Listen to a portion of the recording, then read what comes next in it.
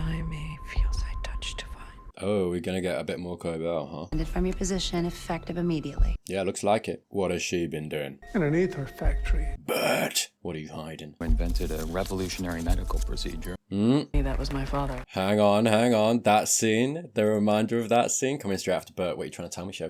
This is what I said. That's what words. Yeah, I did. I suspected. He perhaps, I don't know, made Severance, came up with Severance, wasn't father in the end at all. Just like a rich old man to take credit for someone else's brains. Kid chosen. I don't need to see that again. We didn't have to ask you back. Yeah, but maybe you've underestimated what she's capable of and how she could bring you down. That could be fun. I feel like the seeds have been planted for Miss Cobel to be that. We'll see where she goes. I imagine she's coming back this episode, though. Man, the national care anthem thing that she said, it's in my head. I swear to God, I don't know if that's a good thing. Is that a commendation to give to her? Maybe. All I know is it haunts my waking hours, mate. She just kept driving. Fair enough. Hey, gotta do what you gotta do, man. Oh, she turned back, didn't she? After seeing a sign, has she gone wherever she turned back from? Yeah, I think so, right? What is this, home? I'm gonna be annoyed if we focus just on Harmony and we don't go back and they put off Mark for another episode. I don't know. Cobel's interesting. I'm very interested. You know, it is what it is. I don't know if she's interesting enough that I wouldn't be annoyed at that, though. I mean, you know, look, Devon was going to call her. Maybe halfway through she comes in. And we meet up with him. We'll see. Ooh. Okay. Cobel, mind your business, man. Yeah, I'm just saying it's rude to stare, bud. Litter. Harmony. Oh, okay. Oh, mate, she's just arrived. Yeah, looking at the addict. Derision. It's not a pleasant look she was giving, particularly. Not an empathetic look, was it? Which, you know, makes sense for what we know of her and the Lumen ilk. Looking down at those that are suffering. Apple don't fall far from the gutter. You can top me off anytime. I like the new do. Okay, what was that you put on the table? Little bleak, innit? Yeah, you gotta close that door, mate. You're letting a draft in, thank you. Alright. Hi. Is the usual greeting, folks. You want coffee? Always, man! I love him. Sorry. Tables are for paying customers. Fine, then buy me a coffee. Hey, that's not how it works. Come on, mate. Respect the coffee, or I can't respect you. The town is older than I remembered. Frailer. You know, around with the market readjustment from a few years ago and the fluctuating interest rates, there was a retrenchment from some of the core infrastructure investments. Okay, buddy. Meet me at the factory. Factory, yeah. And her upbringing was through Lumen. And I'm guessing, I mean, maybe she was from here. Now we're going to a factory. This place has seen better times. Gone to the dogs a little bit. What was his line? Fluctuating interest rates. Yeah. Capitalism, you. That feels like. I need a favor. Yeah. We'll see as we go. I don't know yet, but it feels as if something interesting, perhaps an interesting commentary as to Lumen. It feels like she's from here, which means that her upbringing was, you know, Lumen. They had a presence here. Was it a town, you know, like I say, on hard times, that was supposed to be, I don't know, a golden shining light of infrastructure, economy, perhaps, had a bit of a backbone in regards to that sort of thing. I guess in the sphere of capitalism and Lumen, perhaps if she went to a school, academy in regard to Lumen, you'd argue other people did. Is this a failing of Lumen? Is it a failing of that? Is it, you know what I mean? There's possible commentary, I suppose, of the failure of, again, you know, I think something that this show has dealt with, right? Corporatism, capitalism. How it erodes us as humans from within, in the sense of when we partake in it. Are we also going to get perhaps a commentary of how failing it is in a wider sense, general sense? I mean, we're looking at it from the scope of a town, an entire location. It's not, I think, an accident that we rock up and she sees an addict. We go through my comment, it looks bleak, right? And I'm not just talking necessarily about the environment, the snow, the cold. Then her comments, yeah, we'll see. Is the factory going to be empty, run down, abandoned, I wonder? Close up for me.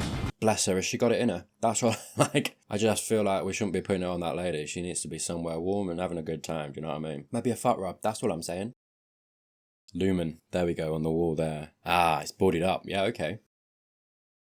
Ah, factory. It's got the Lumen logo on the side. I don't think it's in working order anymore, is it? I suspect. Perhaps it's going to show the gutting of an area almost, when, you know, it looks as if Lumen were perhaps looking at, you know, kids, education. Perhaps there was funding for that. The factory here, giving people jobs, paying them. And perhaps, yeah, it's going to show, like I say, the gutting of an area of a town when, to the whims of the higher ups, to the board, to the, you know, if it's not profitable, if it's not viable in this world of corporatism, they pick up and leave, and human beings and their lives be damned, because it seems like, yeah, the town's a shell of itself.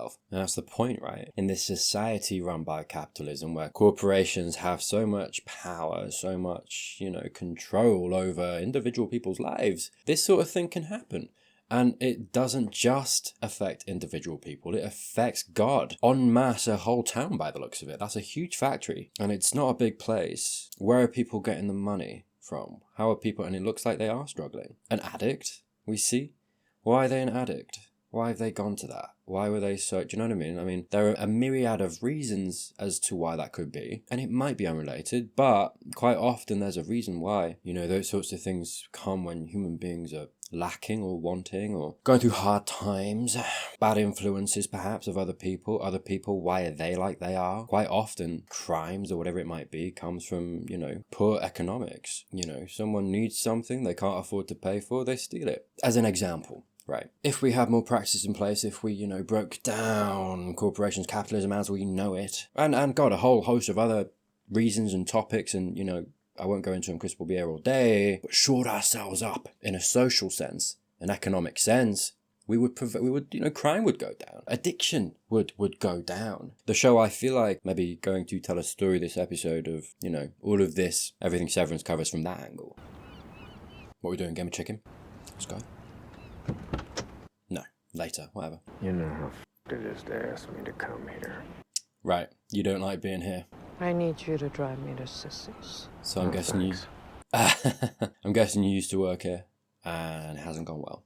In the house, they'll recognize my car. Sissy, do I know that name? I feel like I know that name, and I can't remember where from. I might be talking out of my bottom, that's true. You know, she still lives by the 9. The Nazgul. And you know she's a pariah here. Oh, is she pro-Lumen? Why would I help you with anything? I mean, a town full of people who probably hate Lumen. We were once chums. Right. All colleagues lift each other up. Yeah, and she's been Lumen up until this point, really. Child of labor. Right. Is that what they had you doing as a kid? Kier and Imogen met at the ether mill. Mm-hmm. Was she hacking up a lung at the time? Mm-hmm. You can smell it on your breath. Pathetic. You. Yeah, what the... You can help me. Dude, or back not. off. You're trying to get him to help and you're doing this? But I'll not be the punching dummy for your resentments. Dude, you're punching him.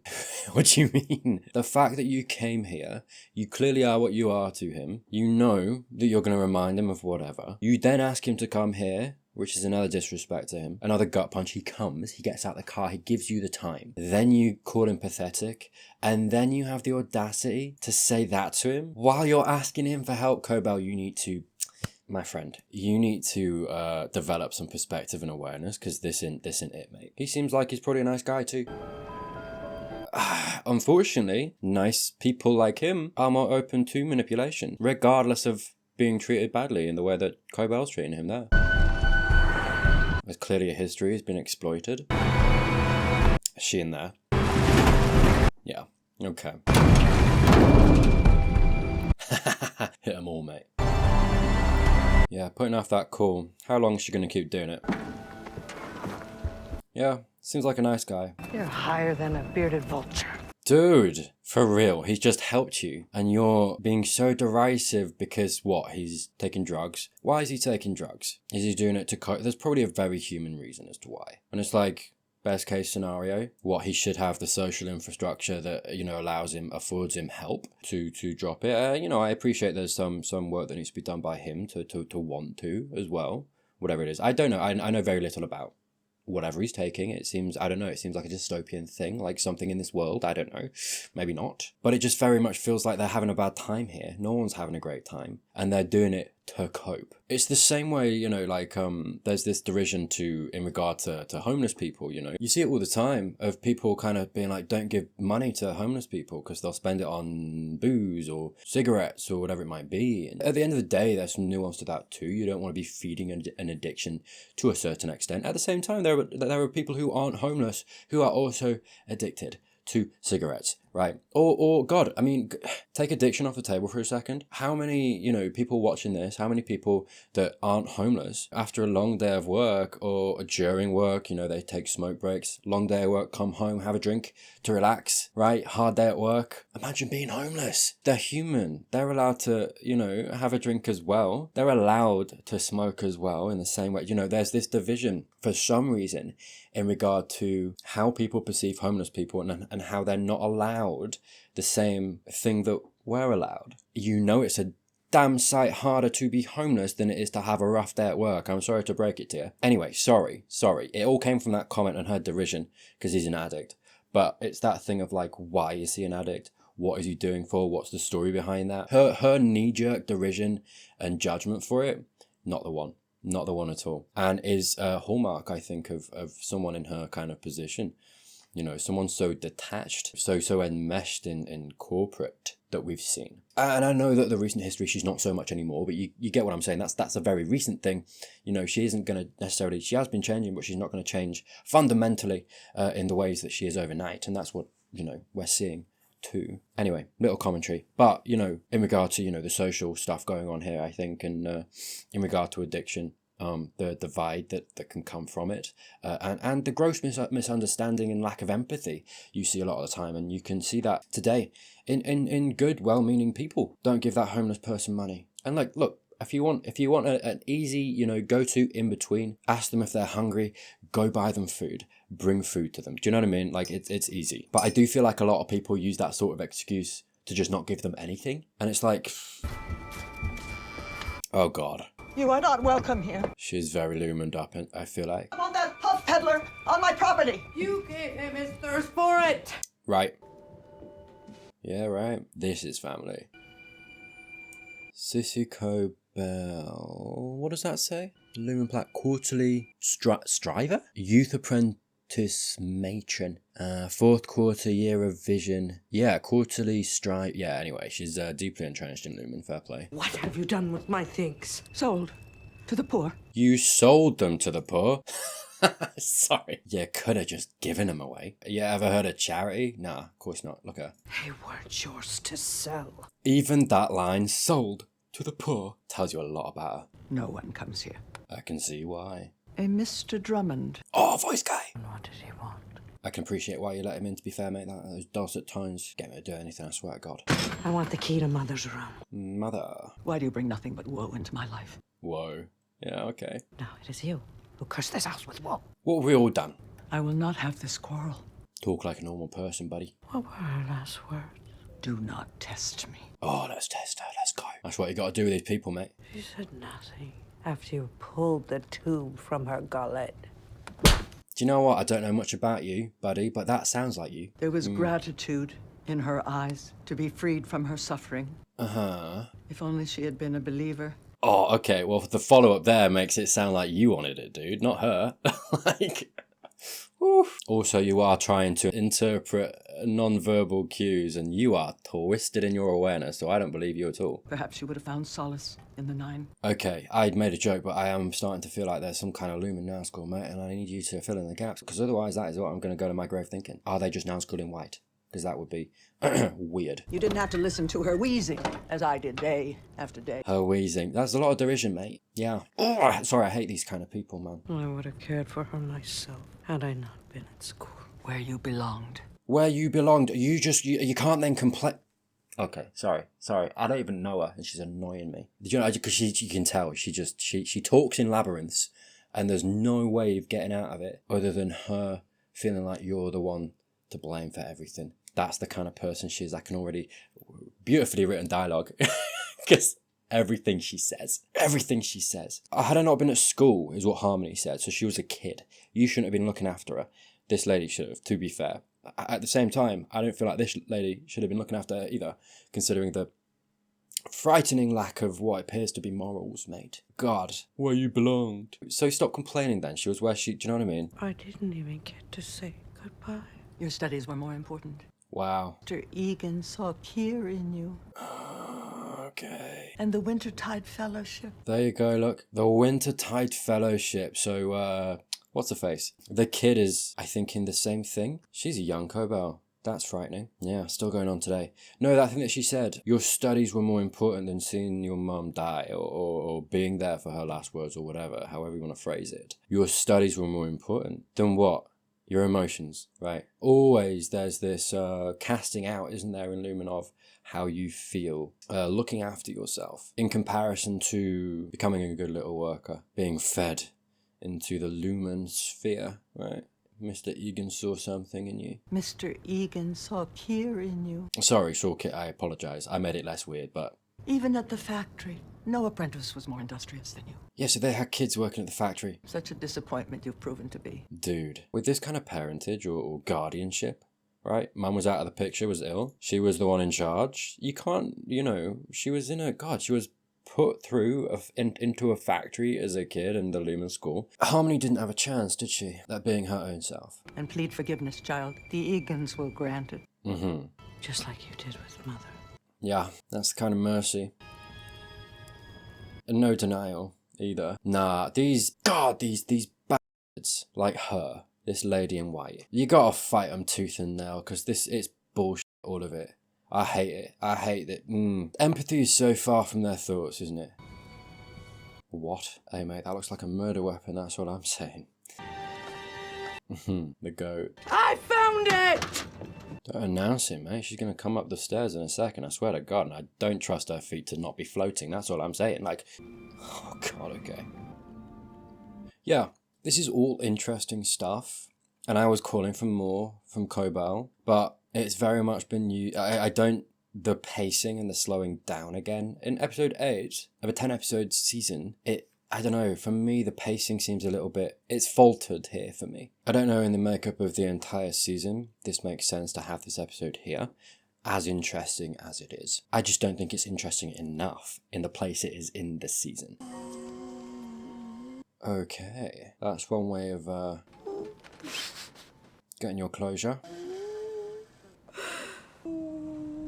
Yeah, it's weird, like, I don't begrudge anybody kind of showing or dealing with their grief in whatever way, right? Weird as it might be, whatever, like, that was, but that, I don't know, there seems to be something in, like, Cobel's, I mean, we know there's something off and odd about Cobel's socialization, just because of her upbringing, where she was in life, where she came, you know, what her life has been, that there, like, as much as I'm feeling for her, like, you know, from one human to another, that's a horrible thing to go through regardless of who she is, what she might have done, whatever. And like I say, like, I think people, I mean, that's perfectly fine, like, if that helps you, do it. At the same time, I do feel like her choice in the way that she sat on the bed, picked that up and started, do you know what I mean, doing that, it does feel a little bit, I don't know, I'm struggling to find the word. I want to say juvenile. I don't think that's the right word. I think that's a bit unfair. That's the only one I can kind of think of. It just seems a bit like, it makes sense in regards to her odd and poor socialization. It's weird. I think I remarked in season 1 almost of, she's like a severed worker without the severance. Right, or it seemed to be to me, right? Severed workers were people like almost trying to expedite that process of a perfect worker, right? In the way that Harmony was, when they had in her, but she's the long game, right? It's doing it, I don't know, for lack of a better word, organically, right? Rather than trying to artificially, like I said, expedite that process with science and severance. But I bring it up because severed workers, there is this comparison, this conflation with the severed workers as children, right? And we've got a lot of that imagery this episode too, children in the factory, right, from young age. We have that odd socialization that she's had growing up that's created this person that we had before us, and now she does that, and it just, I think, goes to show how effective they have been and that upbringing and Lumen were in bringing her up the way they did in the poor socialization she had, in a way that she's not processing. We saw it with Milchick as well. I wonder about his background. We don't know much about it. I don't think he's, you know, necessarily from the same background that Cobel is. Something similar though, in a certain way, at least, you know, the teachings and the rhetoric is in him that we saw, you know, in that scene where he's like, what was he saying? Grow up, all the mirror scene. He's also not processing, lack of awareness there. He's also not processing his emotions, his anger, his probably feelings of not being good enough, right, and not achieving, or seeing himself as weak because of the things that he's done and the attempts he's made at, all of the things that we've seen this season. Anyway, point being, that's what Lumen want, isn't it? It's infantilization, the infantilization of adults so that they are just workers, right? I feel like it's almost that thing of they're using kids as workers. They don't differentiate between adults and kids. What's the difference in to large extent in regard, at least from Lumen's perspective, they're easily controlled, right? Which I suppose is why Severance kind of childlike, reverting them back to that, the poor socialization that Cobel has in almost keeping her as much as possible in that almost juvenile childlike space mentally. In a certain sense, don't get me wrong, she's very much an adult and she makes her way in the adult world.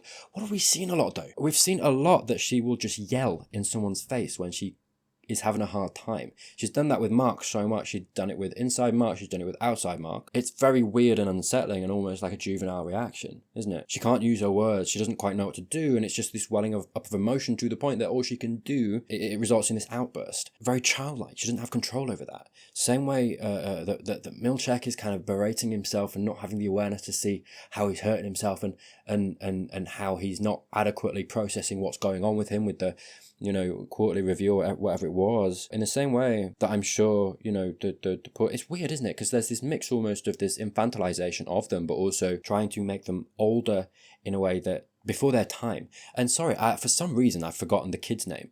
Huang, there we go. Because she comes across, as much as she is a kid, she comes across as quite brutal, right? Quite cold, in this corporate world, thrust into it before her time, but with the sensibilities of a child, which I think is a dangerous combination and results in what we have with Huang. So it's kind of almost simultaneously this maintaining of the childlike in the Lumen workers, right, all the way up to the point that they're an adult and as old as Harmony is, but also thrusting them into that world too soon, which results in this kind of almost dehumanization of them as a kid, but also I think as they grow up to be an adult too, and it results in this almost this cold childlike in a certain way adult that we're seeing, I think, here in Harmony, the way that she reacted to getting into that room, taking the tube in her mouth and doing what she did. Almost, she doesn't quite know how to deal with it, to handle it. And like I say, apart from all of this, this is a very specific contextual analysis of a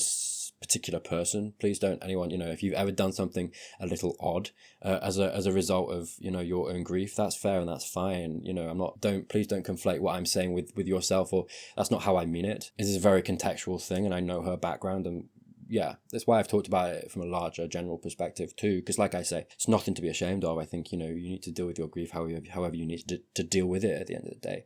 But sorry, interesting, I feel like what it does display about Harmony, what it also shows about Huang, what it also shows about Milchek and this pattern, and what Lumen want, what they're seeking out of the people in their employ and what they're trying to promote in the world, because that's what they want for everybody. And what does that do? I think that saps us of the organic almost growing up of humanity, and it goes back to last episode and what I was talking about and my theories for what they're doing down in the basement and Cold Harbor, trying to almost cut out or expedite trauma, which I feel like is a fundamental human experience, right? They are trying to change humanity, and I don't think for the better, which is a very obvious thing to say. I think we all know that, but quite comprehensively. They're doing it quite comprehensively, I think. Oh god, he's still outside and she just left him out there? God. Came to get you. She's not too happy about it. Buddy, you are too pure. But it's cold as in the truck and I gotta get back. Yeah, she's just taking a nap. What, like, Harmony? I liked her. Her mum? You barely knew her. She hated Lumen more than I did. I like her too. Funny how that works, isn't it? At least she doesn't have to live with Sissy anymore. Do you know what? Yeah, fair. That cracked a smile. God damn, fair enough. We all hate Sissy. Let's unite ourselves under that banner. Yeah, it was a romantic thing between you two. Warmer light coming in on their faces. You want to get high? Oh. Buddy. That can't be good for you. Partaking now.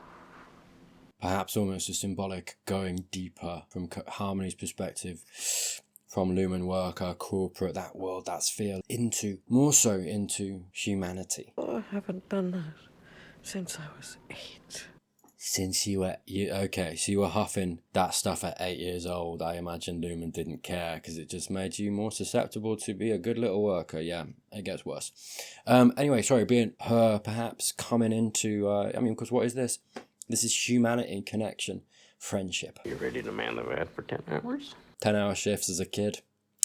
Cool. You know as well, corporations would be doing that nowadays if they could get away with it. God, we have free labour in apprenticeships a lot of the time. Young kids going into that, don't even pay them. You know, we do have that sort of thing. We just dress it up into socially acceptable things, ways, right? You're going for a kiss, mate, you gotta take that hat off. I feel like you're gonna bonker. I stand corrected, sorry. I don't like it here. What? What are we looking for? Oh, of course she's got a cavern. Is this where she sacrifices the young ones? Jars of pickled eyeballs. I wouldn't put it past her, man. Annual reminiscences. What is it? And watch my head. When I say it feels weird pace-wise, but also this could be something that, I don't know, in Harmony's inclusion and maybe going back to Devon, could be really important for, I guess, where the next 2 episodes are going to go. Lumen destroyed this town. There was no town before the factory. Right. There was no town before the factory. So the town was erected as a result of the factory. To what? For workers? And then what? Lumen pulled out and left them? You'd imagine they moved there for the work. And then Lumen pulled that out and essentially gutted the town. Yeah, absolutely. This old bat is talking about, oh, we should be grateful for them because they gave it. Lady, have some awareness. Acknowledge what they did, though, and the barbarity of it in regards to humanity and the individual humans that God gave some of them, maybe all of them, gave their childhoods to that. And why did they erect it all the way out here? Maybe so they could get away with having child labour. Was anything done about that? God damn, what a twisted mindset Sissy has. But yeah, what a commentary it is on what corporations do. Everything that you have, you owe back to the Egans. No. Fealty? No, it's interesting, and I like that Harmony's the mouthpiece coming against what she's saying. Mine! My designs! Oh? Base code, overtime contingency, Glasgow block, all of it! You made it. James Egan was the inventor. So I've heard. What? It was Harmony? That's crazy. Who's Bert then? What's he up to? And they just stole it. Yeah, of course. And worse, Sissy's just given it to Extraordinary. James. Why have you never spoken of this? I was told Kier's knowledge is for all. Wow, that's crazy. That if I sought credit, I would be banished. That's what they do, isn't it? Yeah. God. Shh. No. Dear Lord. Okay. I hope you die, as painfully as she did. Fair. What a revelation. It was her hand that removed the tube, not mine. Oh. No! Your mother was a coward, I just don't believe anything you say, mate. filled with malice and resentment. Don't trust anything you're saying, mate. Your awareness is so warped. I don't believe you! Like, I imagine she thinks she's telling the truth. I just think she's clearly drawn conclusions about her mum that probably weren't true. I don't think we'll ever know the true story without her here to speak for herself. You are a weed, just as she was. Hey, we'd strangle other plants, mate. You could just... Wow. Yeah. Crazy. She's really goddamn clever, huh? What about him? I'll see you around. What about him? Why are you going with, dude? Contain these tempers of animals. Okay. We're a copy. And she hasn't killed him yet. So that's why she was so interested in I guess if it worked, so because she was trying to see, or hoping almost, that Mark and Gemma recognized each other through it? Was perhaps that some element of like bitterness? Obviously that technology was stolen from her, or at least repurposed, in the sense of it was taken from her. You know, the accolade given to somebody else. She was never, right? Maybe it was a very human, almost childlike. I say childlike, but only in the sense of the emotions on her sleeve thing.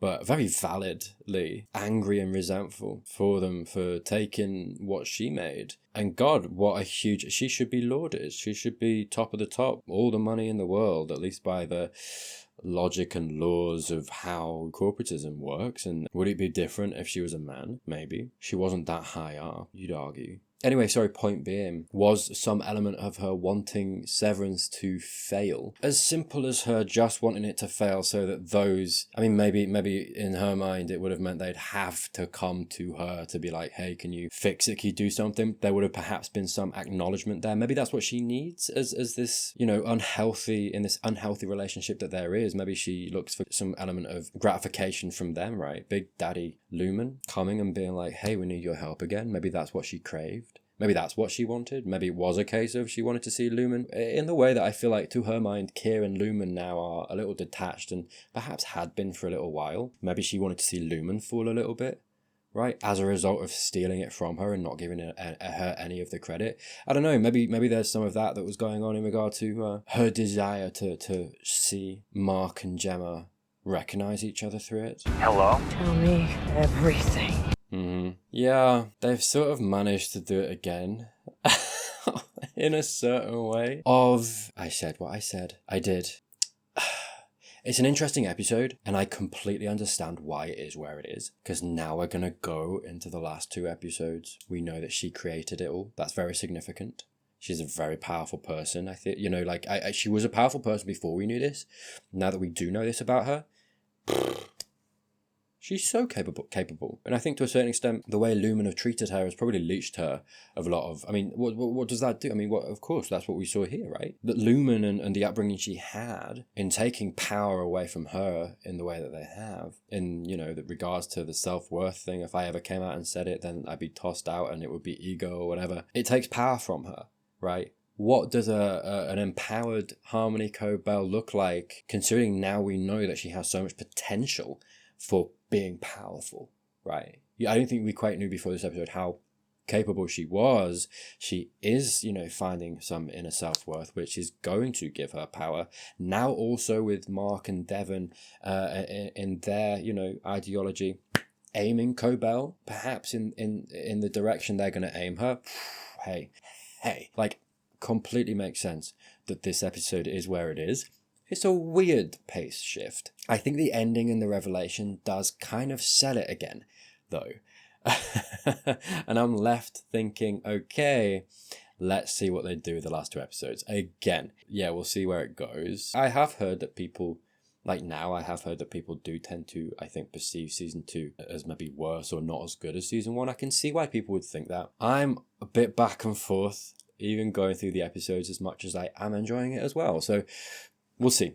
Yeah, we'll see. But that was Sweet Vitriol. Thank you so much for watching. Hey, if you're not subscribed and did enjoy the video, please do consider doing that down below. Tick the bell button as well. You'll be notified every single time I post. Thank you, God, as always, to my patrons, my YouTube members. There are some links down below in the description for early access to all my videos if you're hankering for the next one. If not, don't worry. More Severance next Wednesday. So, with that said, I'll see you then.